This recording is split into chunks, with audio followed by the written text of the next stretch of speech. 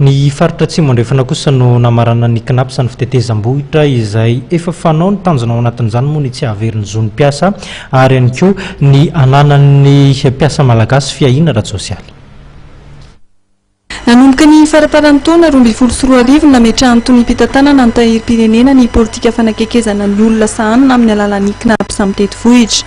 Tao anatin'izay 3 taona izay dia voatety avokoa ny faritra 20 ka faritra 10 dia efa niverina indroa.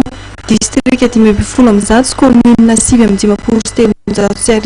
amin'ireo misy eto Madagasikara kosa no efa nandehanan'ny ekipa knapsa.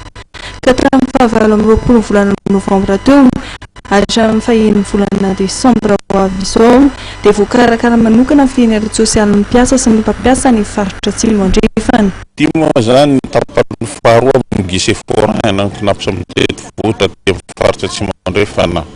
Tapany voalohany izay efa vita tamin'ny taondasa, tapany faharoa anjaran'ny distrikany Kazoabo, commune rurale Berenty ary distrikany Beroa.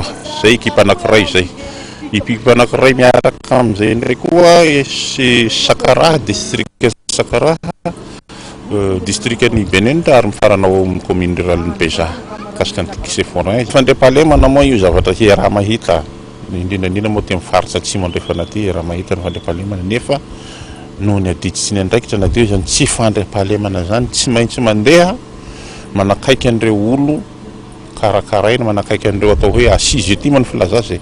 Malaza faritra mena atsimo andrefana tsy nataony ekipa knapsa mitety vohitra hosakana nefa izany tanjona ny tsy hahavery zon'ny mpiasa malagasy manirana ny nosy.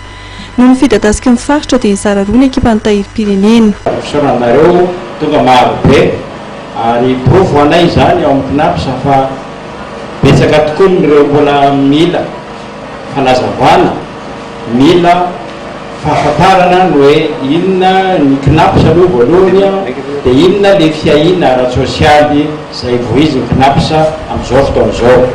Tiako ny manazava aminareo dia hoe fiahina ara-tsosialy io voambolana io matetika dia mbola tsy mazava tokoa ny amin'ny olona ary izay ny antony ivezivezen'ny knapsa manao hoe knapsa mitety vohitra eran'ny Madagasikara.